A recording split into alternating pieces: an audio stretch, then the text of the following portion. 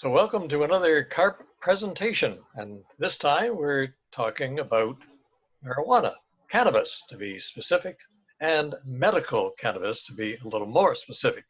We have an expert with us who is going to answer some of the questions that many of our members have had over the past number of years, which looking at it from a consumer's point of view, I guess we're about into year number 3 or 4 with respect to medical cannabis and those who are using the substance. And well, there's some questions that have come up over the years. And Arash is with us. He's well, I guess when it comes to being an expert, this is about the closest we have, and we're glad to have him with us today. But before we get underway with some of those questions with Arash, let's go to our CARP chair. I'm Vice Chair John Lindsay of the Sudbury, North Ontario chapter, and Hugh Kruzel is the chair. So Hugh, if you could come on board here and just give us a little overview of what's been going on during the COVID crisis. We haven't been able to meet, but we've been sending out videos, we've been talking to our members, and we're trying to keep connected and through our Zoom videos. And this time around, we'll be talking about one of the most popular subjects that's really come up with our members, and that, of course, is medical cannabis. Hugh, take it away. Well, good morning to everybody. And it may not be morning when you watch this. It may not be a Friday, even. It may be sometime. You can watch it offline, I guess, wherever it's convenient for you, whenever it's convenient for you. Now, that's like medical marijuana. I think you can take it any time. I don't know. I will tell you that many members have asked about use and of course for pain relief for a variety of different reasons, arthritis control. I'm sure Arash and I have actually spoken before in a past life almost. Yes. But here's the thing from the CARP perspective. We are the advocates for seniors generally across Canada, but here in Sudbury for those in the Sudbury, Manitoulin, North Bay, Sault Ste. Marie district, which extends, I mean, we have members all across northeastern Ontario. Elliott Lake is another place I should mention, Manitoulin. If you're out there, folks, tune in, join us anytime. This is one of our, I don't say it's the last one, but we've done a lot of episodes, and Arash here is going to talk about something that's very important. We've had, Arash, I will tell you, when we had one of the actual workshops or meetings on this topic, when we still used to get together face to face, it was one of the highest attendance numbers we've ever had. So Arash, Wow. thank you very much. Great. Yeah, no problem. Thank you for having me. It's interesting, the numbers towards medical cannabis continue to rise, and the questions are coming, and we're always happy to hear that, because that means there's interest in success, and then there's potential questions of how that success was attained, right? So we get a lot of that stuff, and it's always great to connect with people, especially with all that's going on, guys. So thanks for having me. Arash, if you could give us some of your background. I know you have a medical background, and you've studied the subject, to some extent. How did you arrive at this particular point? Well, I grew up on the west coast of Canada, right? So I'm from that side of the country. I went to the US to do all of my clinical rotations, which is where all my training was. I graduated with my MD approximately 3 years ago, and I'm now in the process of applying for residency. So when I came back to Canada, I had to find a way to keep the lights on. I had no specific interest towards medical cannabis. I make that very clear to people. So I went into it with a very objective viewpoint. I wanted to see what it was helping and how it could help. And we started seeing how much momentum we could build for these patients and how it was helping so many people. I've been focusing solely on how medical cannabis can help and the conditions that we do help. So that's my background. I am an MD and still applying for residency now in the country. Oh, that's actually Dr. Arash we're talking to this morning. Call me Arash. We leave that part out, but for now. But generally speaking, I work very closely with the doctors that are working with patients for medical cannabis. I advise them for dosing and other things like that as well. I know that those of us who use medical cannabis, we do talk to medical people, and basically we talk to them like we're talking now through an internet connection. We talk about our various prescriptions. I know this is one of my my bottles here. This is CDB oil, and we talk to the medical professional over the internet and describe our conditions on a regular basis, and determine what our needs might be according to our condition, and also the dosage required. So it is through a clinic. It is a medical experience. Is that right? Yes, absolutely. So what you're holding there is a bottle of CBD oil. Cannabidiol is the molecule that we pull from the plant, and it has receptors in our body that can potentially help with a lot of medical conditions. What's important to remember is that it is an oil because cannabis is fat soluble, right? There's a portion of the plant that can go into our bodies and connect to the receptors that are vast in number in our bodies. So the reason they mix it with an oil is because when you mix a fat with another fat, now you can't unmix it. And there's an equal dose within that bottle. Everybody's dose will be different. We always state to patients it's an individualized therapy, the same way an Advil or a Tylenol can be, right? Some people get a lot of benefit when they take one. Some people read the bottle and say, well, I got to take 2 every 4 hours to get rid of my migraine, right? So that variability in dose exists for every medication, and it exists for cannabis as well. That's our biggest challenge. That's our biggest challenge, guys. We have to find the dose. We have to work with patients. And I always say, sometimes our patients have to be patient. Everybody always says, well, so-and-so took it down the hall and now they're dancing again. I want that. We have to learn the system. We have to learn the body. And that's a part of medicine, guys. That's not just Okay, let's back up a little bit. Arash, why on earth would people take this particular product? What does it do? What conditions can it alleviate? Let's talk about what we absolutely know. Okay, and then we can talk about what we hypothesize and think we're helping with as well. So pain is a signal system that goes through our body, through the central nervous system, and then we say, okay, this hurts, right? With most medications, the goal for pain management is to help with the signaling and slowing things down so a person can A, cope, and B, sleep while the body heals, okay? Let's face it, there are very few medications that you can take and that is going to reverse a change in your body. We have to give the body time. We have to give everything time to heal. So if a person is taking medications that are helping with the pain signaling in their body, and that medication comes with its own whole list of side effects, well, cannabis can potentially help the same way, but we have more of a snowshoe effect where we hover on top of all other medications and all other side effects, and very few people have a negative effect. People get upset when they don't attain the best value that they thought they were looking for. Like, I wanted it to change things. I wanted it to do this, that, and the other, but we have to taper expectation, understand that this will help with pain from a time and signaling standpoint. So it's subtle. So are we talking arthritis? Are we talking, give me a bit of what, say arthritis. The nitty gritty. Hugh, you want to hear about the exact details, and that's exactly perfect. So let's talk number one addressed condition in our clinic, osteoarthritis, okay? Wear and tear. 90% of all people in the world will eventually feel gravity pulling on them, putting a little pressure on that joint and causing some pain. If it's caught early, right, we can use any form of medical cannabis, PRN, which means when needed. Oh, I went for an extra long hike this weekend and my knees are sore. I can take a bit of CBD. It'll help with the pain. It'll help with inflammation. Now, if we want to talk about some of the more rare stuff, we can later, but osteoarthritis is going to be pain and inflammation. CBD has documented help with pain, and it does have anti-inflammatory properties. So that would be the angle in which we would treat that patient for that specific condition. And it doesn't have any of those things like I find on the back of the bottle of Advil and others, not to be too specific. It says, may cause bleeding, may cause this, may cause that. I mean, the contraindications as well of medical cannabis are tiny? Minute, yeah.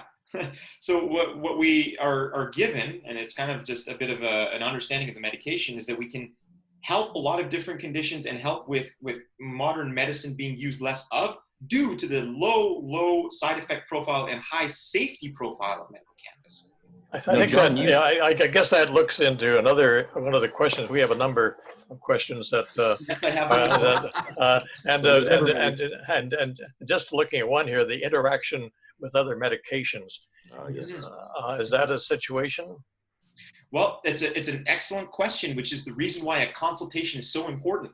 Right. We have patients come into clinic and say, well, someone suggested this website that's coming out of this area, and I tried it and it didn't work that well. Well, A, I don't know what you tried, and B, there's a decreased safety profile for you now because you may be on other medications that interact.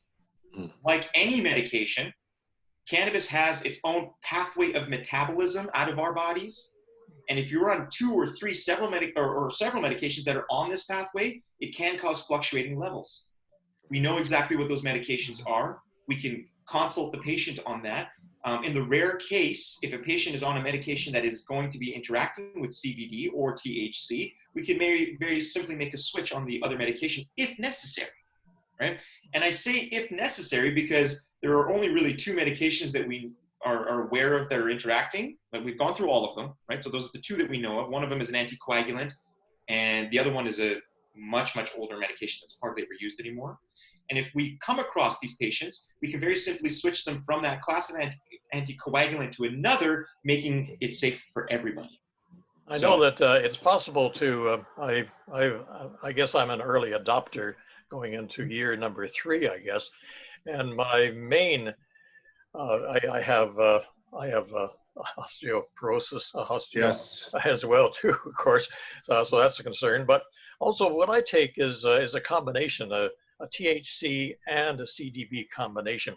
And I take it before going to bed each night. It's a fairly low dose. It's only, 1 milligram, I guess, or 1 milliliter. Would that be the 1 milliliter? Yeah, it's a one. Yeah, and I take it by oil, and it's just and one things I've found is that I sleep very, very much better, and maybe wake up maybe once per night, if that. Now, when I don't take it, I probably wake up 3 and 4 times a night. Now, is that something similar to what other people experience? That's a very common experience, what you were sharing there. Yeah, it's general quality of sleep improvement. Sometimes the sleep disturbance is based on a set condition, right? If it's pain, then we're helping. And THC and CBD are very similar in action in our body, right? People confuse that. People think, well, THC is the recreational and CBD is the medical. That's not the case. It's dose dependent, right? THC over 30 or 40 milligrams will be more recreational. We don't really go that high. I'm assuming the 1-to-1 balance you have is about a 10 to 15 ratio. That's right. That's right. Big assumption by me, but right. Okay, got lucky.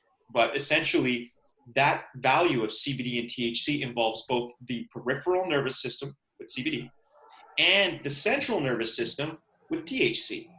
So again, a sleep disturbance can be someone who's awake all night ruminating and has anxiety, or it can be, a bad knee or some bad hands that are disturbing the sleep cycle. So both are being addressed with the 1-to-1 ratios, and what you're reporting back is a very common finding in clinic. If I don't use it, I'll average about 3 to 4 hours less per night of sleep.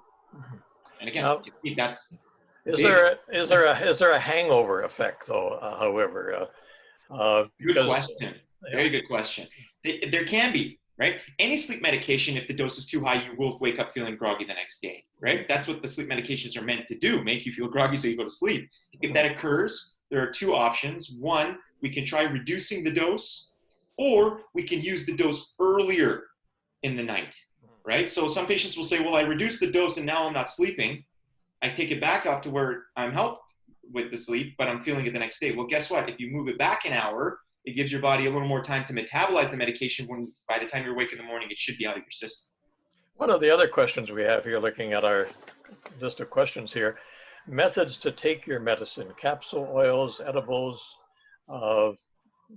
smoking, or some other method. Is there any preference? What's the situation out there really? What's what? So when it comes to, let's put them in 2 categories, okay, guys? There's oils, there are capsules, there are edibles, anything that you ingest when it comes to medical cannabis or cannabis in general is going to go through what's called first pass metabolism. I don't want to get too detailed, but when you ingest cannabis, you're activating the liver, and it takes about 1.5 hours to 2 hours for it to have effect. That fat needs to be redistributed by the liver. The inhaled forms of cannabis act much faster. We do not promote anybody smoke anything in our clinic. Let's make that very clear. But inhaled forms of cannabis can come in a Health Canada approved vaporizer, And there are certain conditions that absolutely require that reduced time of action by the medication. And by that, I mean PTSD, panic, anxiety. Anxiety. Yeah, there are a lot of people that will say, well, I have a tremendous amount of success using CBD in an ingestible form, but there are times where something will happen and I will be triggered and I'm pushing back on the anxiety and I'm fighting back a panic attack. So an instant inhalation of the medication would help. Big area of misconception. People think that if you see somebody inhaling cannabis, well, they're just getting high. Guys, that's not true. CBD can be inhaled. The 1-to-1 ratios can be inhaled, right? There are a lot of different forms of inhaled cannabis available to patients now. And, you know, again, of course, the thinking is, well, if anybody's using it in inhaled form, it's a different area, but that's not the case. It's just not your grandmother's doobie anymore, is it? Yeah, it's become far more sophisticated. Well, that looks at some of the side effects, like some people are afraid of, are going to get dizzy? Is there going to be fatigue? Are going to feel nauseous and that sort of thing? Should I drive? Very good question as well. And again, I come back to the stance of medicine, not just cannabis. Anytime you use any medication, you are responsible to not be under the influence when operating a motor vehicle, right? That includes a Percocet. That includes any pain medication. That includes an antihistamine that helps with allergies, right? Any medication that can cause drowsiness, you must be aware of. Now, we have patients that say, I take CBD first thing in the morning and I drive to work and it doesn't affect me in any way, shape, or form, but it helps me with my back pain and my anxiety. There are other patients that say, well, I know what I use for sleep and I keep that for home and I know what helps me in the day and that's what I use in the day. That's a responsible patient who has learned their body. The physician will counsel any patient to start with CBD alone, understand what THC does to them in a safe environment, and then move forward with that understanding. Well, you're a doctor. Now, a lot of individuals are going to the marijuana stores or the cannabis stores and doing it themselves, you know, sort of self-medicating. Is that wise, or is it better to have actual physician advice? Well, I think anytime you involve a physician's advice, it's going to help, not harm, right? There's very little that is lost when you talk to a doctor, but there's a lot to be gained. Those independent cannabis stores, I don't want to throw shadow at anybody. They have no malicious intent and they're there to help and supply. But at the same time, they don't have an understanding of how it can or cannot help a set medical condition. So my advice to anybody who is interested or would, you know, want to explore further is even just an appointment with a physician does not mean that you will start the medication right away. It's best to understand all avenues before you go into one set way. And we see those self-medicators all the time, right? They come in and they're saying, well, I've been self-medicating for 5 years, and sometimes it really helps, and other times it does the opposite because I don't control the strain. I don't know where the exact strain is coming from. So with medical cannabis, you have a far more control over the medication than in the exact values that you were using. Not to mention, it's tax deductible when on a prescription. And also, you're not getting, receiving your medication from, unfortunately, a middleman, right? If one of these companies purchases from a licensed producer, they're not doing it for free, right? They're looking to make something. So they buy it at, a set price and then sell it for another set price. Whereas if you have a prescription, you go directly to the source of the person or the company who grows the cannabis. Now, is this all grown in Canada? Yes. The majority? Yeah, all of it? Okay. Yeah. All of the licensed producers that are used by medical professionals have to be grown in Canada, and they have to be approved by Health Canada as well. So these companies are actually very rigorously monitored, more so than the companies that, produce far more dangerous medications in Canada. Now we're talking about, we're in COVID, of course, and travel is very much restricted, but when all this ends, can you take your medication with you to other jurisdictions? As long as it is within the borders of Canada, your prescription is a federally accepted document, not international. So people ask us about that. Well, why? Is there something that's going on? Is there something I need to know? And the answer to that is absolutely nothing. But there's no real problem for anybody who uses medical cannabis within the rules and the regulations of where they are. We have patients that talk to us all the time. Well, I want to go over to Michigan and visit my cousins. Well, I say, that's great. Michigan has legalized medical cannabis as well. the last I checked, Michigan and Ontario were connected, but there's this magic line that says you cannot take your medication from one side to the other. But we have to remember, guys, this is economics. It has nothing to do with medicine. Mm-hmm. Every time a state approves medical cannabis, there's a large amount of funding that goes to the federal government, right? So they want to ensure that whoever that they have spent all this money for to allow access to medical cannabis is buying from them. Right. So it's an economical choice, right? It has very little to do with the medication. I know there's a lot of patients that go to Florida for the winter. There's a lot of patients that like to go to the US from time to time. And I always tell them, you are not to take your medication with you. When you cross, you can attain it from a doctor's office in the legal route wherever you are. And they're now armed with the knowledge. They know, well, 20 milligrams of CBD helps me. When I get to Florida, I get a prescription. I go to the pharmacy. It's a different system. And when I'm at the pharmacy, I say, hey, look, there's a product that has 20 milligrams of CBD or a 10-15 ratio of CBD and THC. I know it helps me sleep from my past experience. Let's start there. Right. Again, if the timing works, if you're going to be there for long enough, then you've made the right choice. If it's a 1-week visit, it is what it is, and people are left to be without their medication for a short period of time or make any other legal and correct provisions. But it's not a good idea to hide it in your purse or not the best. No, not the best. I wouldn't recommend that at all. Honesty is always the best policy for those people, and for any given reason, they like to have control of that, and that's great. Now, how about growing your own? I mean, community gardens are springing up everywhere. Are people growing your own, and how safe is that? Not in community gardens, John. Only in your backyard. I know from the medical point of view is how do you know what you're getting really? Yeah, Hugh, was that the same question you had? No, mine's completely different. Okay, let's talk about John's so let me go. You want to deal with John's first? If you don't mind. Go ahead with John's first. Okay. Sure. So go ahead. When it comes to the growth of medical cannabis, everybody is allowed to have 4 plants to their own.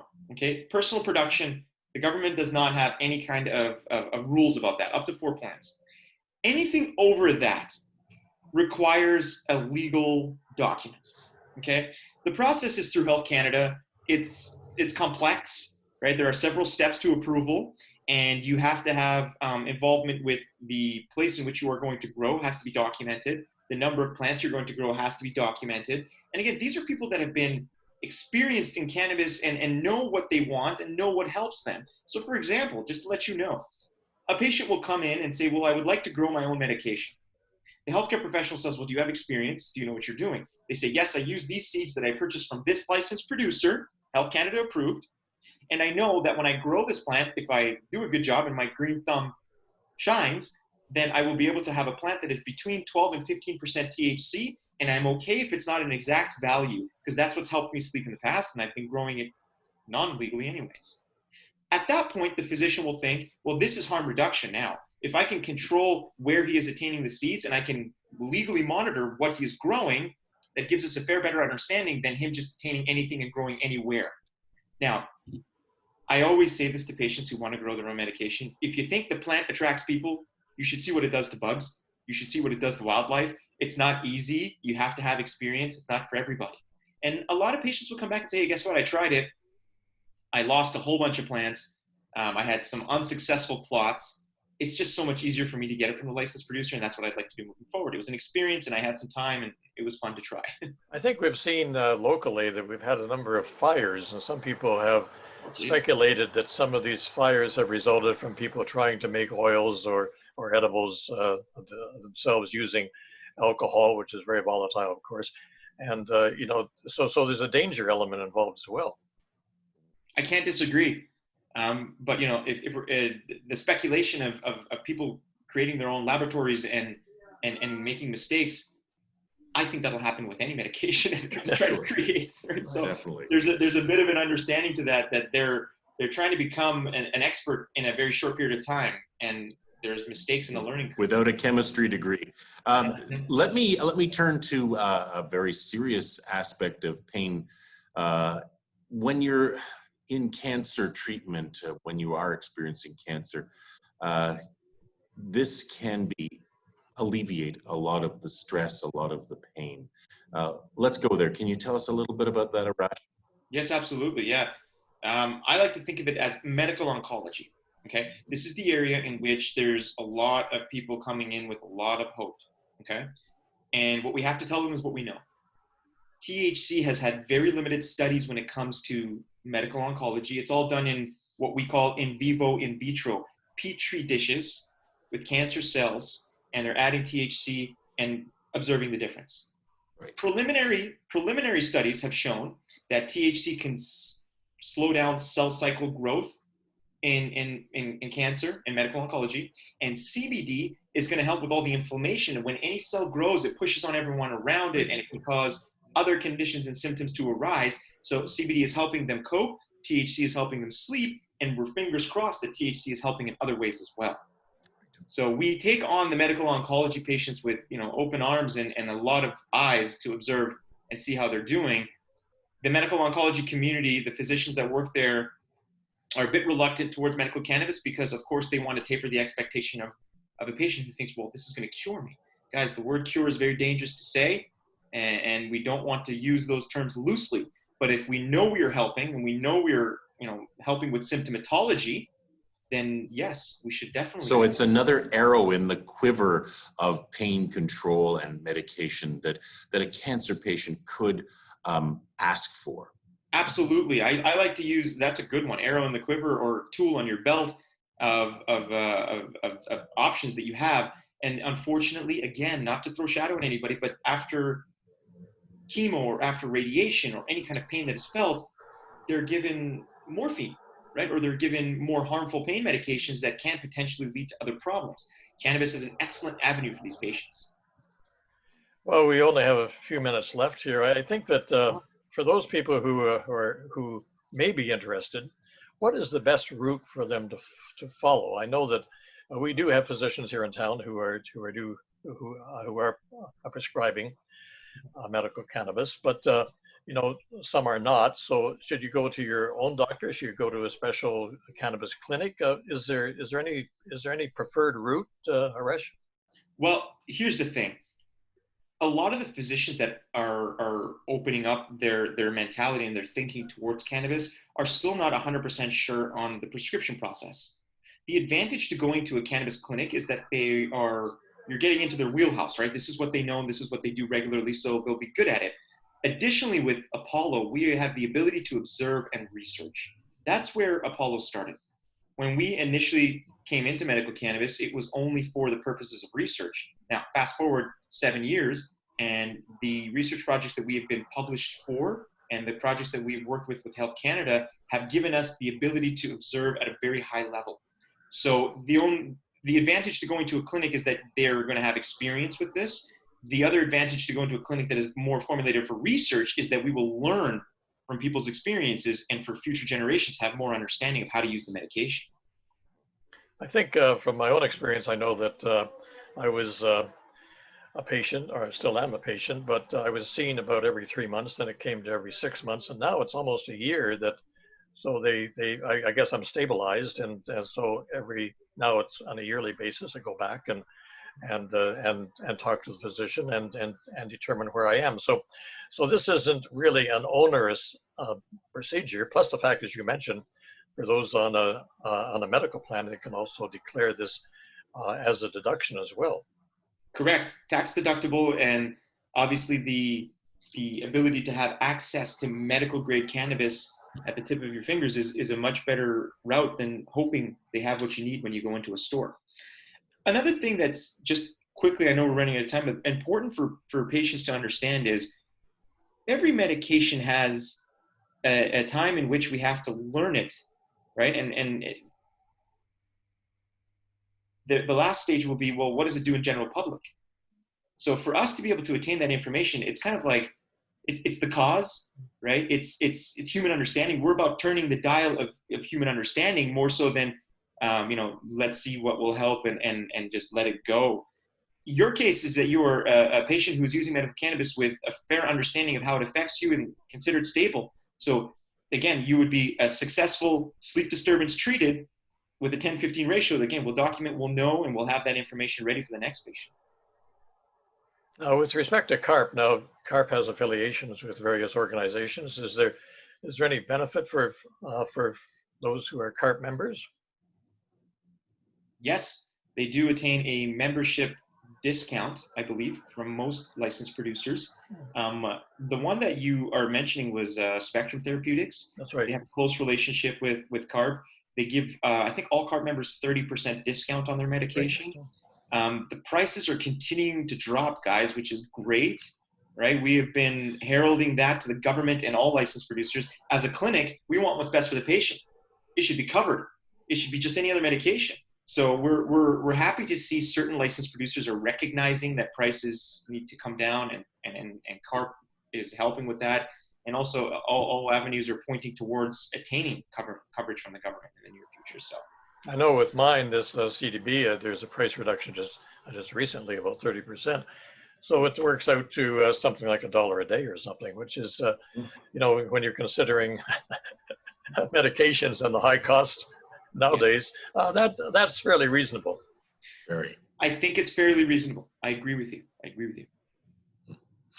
John, I think we are coming to the end, and Arash, you've certainly illuminated and dealt with all our questions, but more as well, and from the audience, because it is an individual experience, isn't it? Mm-hmm. Yes, yeah. And what we always tell our patients is, if there may be a conversation in which we say this medication is not for you, but we must learn what we can benefit from initially before we go into that conversation, right? And like any other, a family doctor may give a prescription to a patient and then in 4 weeks' time say, hey, look, this was what I thought it would help with, but it didn't. Let's taper this off and get rid of it. With cannabis, there is no tapering required. There is no weaning schedules required. So some patients will come back and say, you know what, I really appreciate you guys going through the ringer with me, and I've learned what it can help with. I'm going to use this medication for 6 months of the year during the cold months when my condition gets worse, and I'm going to put it away for the summer months. And I love to hear that. That means someone has learned something about themselves. That means someone has made a step forward in their care, right? That's a success. Well, CARP locally, we've had a couple of different presentations, and a number of our members have recorded what I consider quite amazing results. Now others, have had no effect, but those that have experienced, the benefits, it's been quite amazing, from people who have been virtually crippled to being able to walk, for kilometers. That's really astounding. So it is an area that deserves more attention, and for those people who have concerns, it's probably maybe a good idea, Arash, for them to explore further. Absolutely. And I always tell people, if you had a short experience that didn't play out the way you wanted it, well, we have to ensure that we've covered all avenues and left no stone unturned. And then we hear what you were saying, John, which is the empowered patient. They come back and they're like, well, look, this is, the video of me dancing at my daughter's wedding. A year ago, I was in a wheelchair. Yeah. And we hear these things, and we're incredibly rejuvenated by these stories. And then we go into the next case and we say, okay, well, we have to start from scratch, right? Because you have to keep an objective medical perspective on every medication and patient. Well, Dr. Arash, we want to thank you very much for joining us and giving us this insight and answering some of the questions that some of our members had. Any final word, Hugh? Just to say thank you to Arash and to all those people who are attempting and being successful in alleviating pain and suffering. I'll go that far to say suffering, because especially people who have cancer treatment or osteoarthritis, PTSD, this may be the answer for them. And I say if, could be, because it's not for everybody. You're absolutely right. I'm glad you shared that with us. John, thank you very much for organizing yet another episode of this program. Yeah, this was phenomenal, guys. I was so happy to be a part of it. Thank you for the invitation. This was a lot of fun. Great. Thank you very much. Be safe. Take care, everybody.